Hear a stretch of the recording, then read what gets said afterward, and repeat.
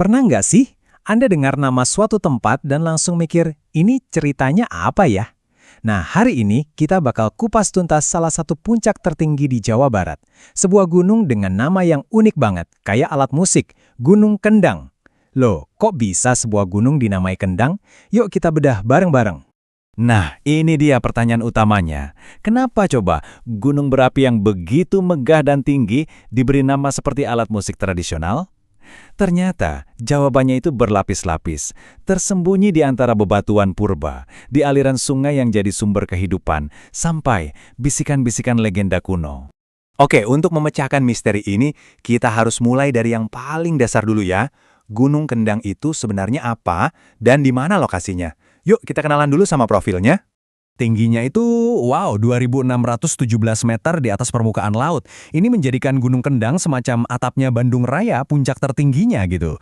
Posisinya juga strategis banget, berdiri gagah di perbatasan antara Kabupaten Bandung dan Kabupaten Garut, seolah-olah lagi mengawasi tanah Pasundan dari atas. Oke, sekarang kita lihat lebih dalam lagi yo.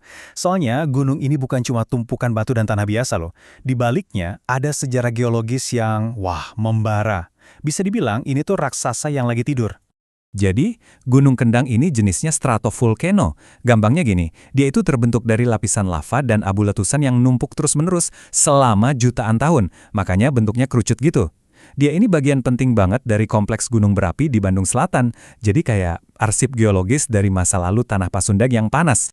Walaupun dibilang tidur, gunung ini sebenarnya masih napas loh. Buktinya, yaitu ada kawah yang masih berasap, kadang ada semburan gas belerang, terus banyak sumber air panas di lerengnya.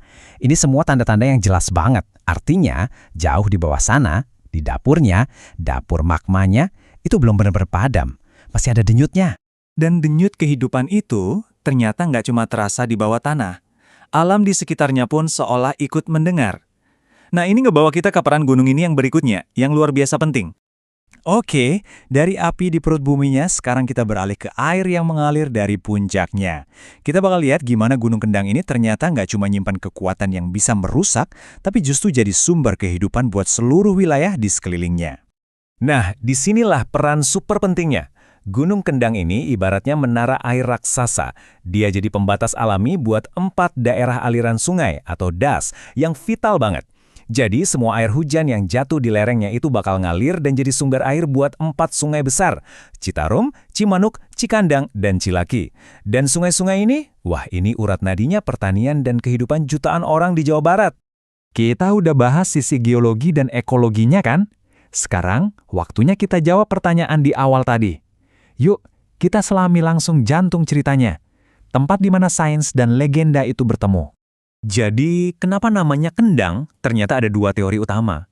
Teori pertama, ini soal suara. Katanya, suara gemuruh dari dalam gunung zaman dulu itu kedengarannya persis kayak orang lagi nabuh kendang. Teori kedua, ini soal penglihatan. Di sana tuh banyak banget batu-batu gede yang bentuknya mirip kendang dan alat musik lainnya. Jadi, antara suara atau wujudnya. Tapi, di luar 2 teori itu, ada satu cerita yang paling nempel di benak masyarakat. Cerita ini disebut Sasakala. Ini istilah Sunda buat legenda asal-usul suatu tempat. Dan legenda ini bercerita tentang Ki Suta Arga. Alkisah, ada seorang tokoh bernama Ki Sutarga. Dia ini dengan sombongnya maksa rombongan wayang buat nampilin sebuah cerita yang sebenarnya tabu, terlarang. Nah, karena pantangan sakral ini dilanggar, kutukan pun datang.